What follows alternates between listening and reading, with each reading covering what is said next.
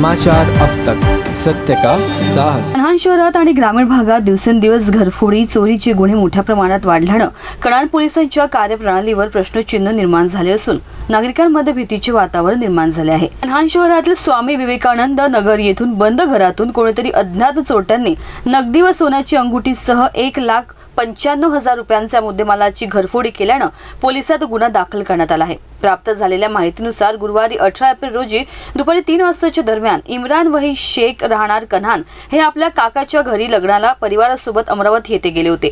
दुकानात काम करणारा नोकर याने इम्रानच्या आईला फोन करून सांगितले की घरचा दरवाजाचा ताला तुटून खाली पडला आहे। अशा माहितीवरून इम्रान आणि त्याचे आई वडील घरी आले तेव्हा त्यांना दरवाजाचा लॉक तुटलेला दिसला।